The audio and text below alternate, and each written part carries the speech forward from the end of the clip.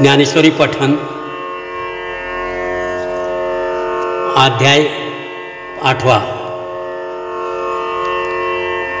ओव्या 161 ते 180 श्लोक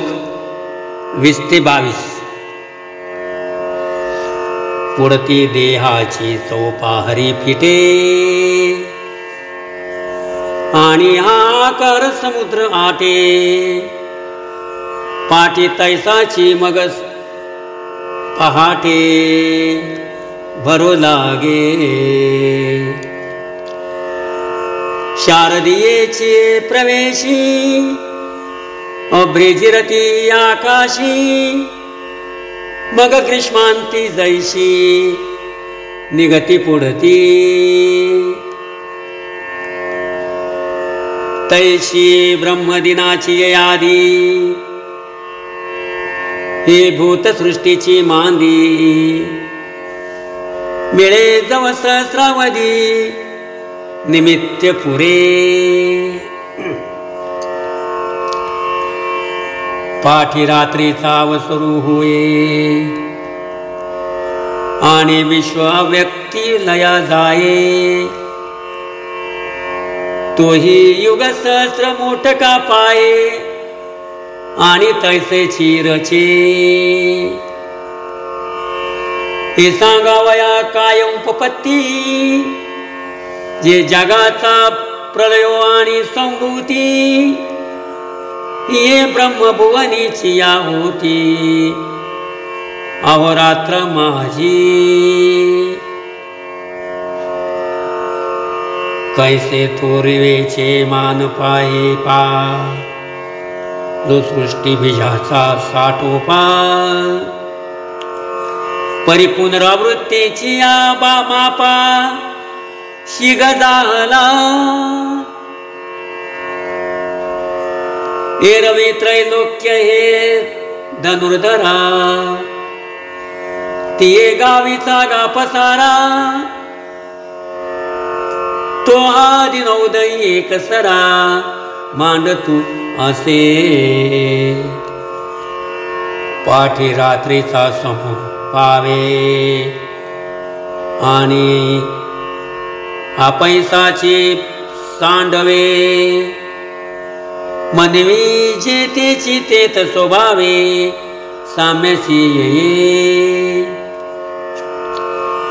जैसे वृक्षपण बीजासी आले कि मेघ हे गगन झाले तैसे अनिकत्व जेत सामावले ते साम्य म्हणिते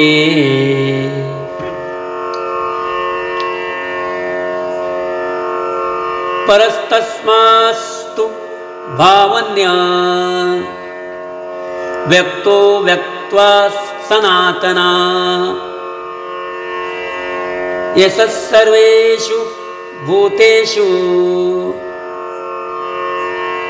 नशस्तु न विनश्यति तेत समविषम नदिसे काही म्हणून भूते हे भाषणाई जेवी दुधची झाल्या दही नामरूप जाय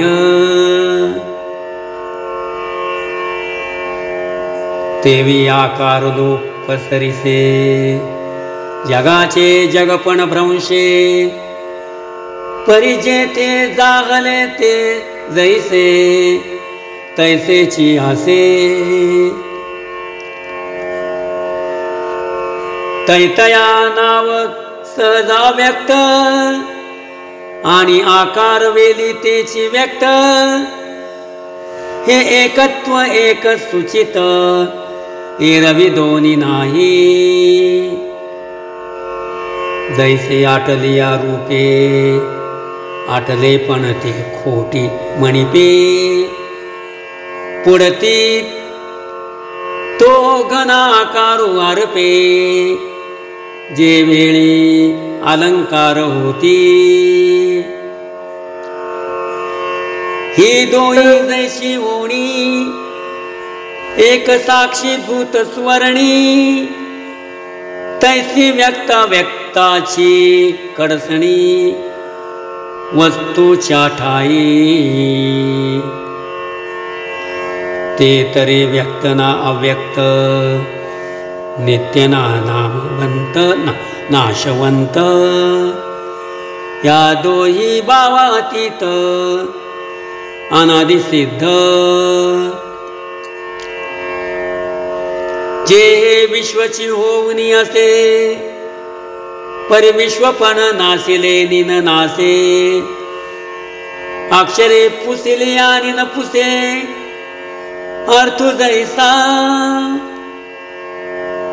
पाये पा तरंग तरी होत जात परितेत उदकते अखंड असत ते विभूता भावेन नाशत अविनाश जे नातरी आठती येते अलंकारी नाटती कनक असे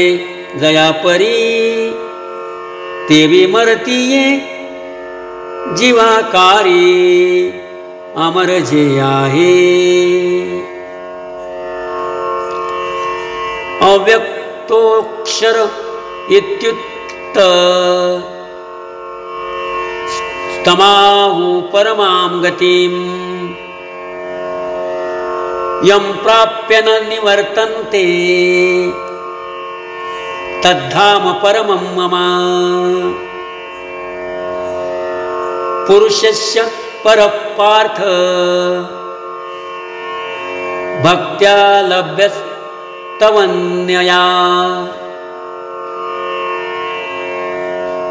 यस्यान्तस्तानि भूतानि येन सर्वमिदं ततं गया ते अव्यक्त म्हणू एक कोडे म्हणता स्तुती ऐसे नावडे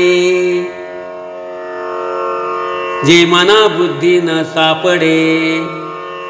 म्हणून या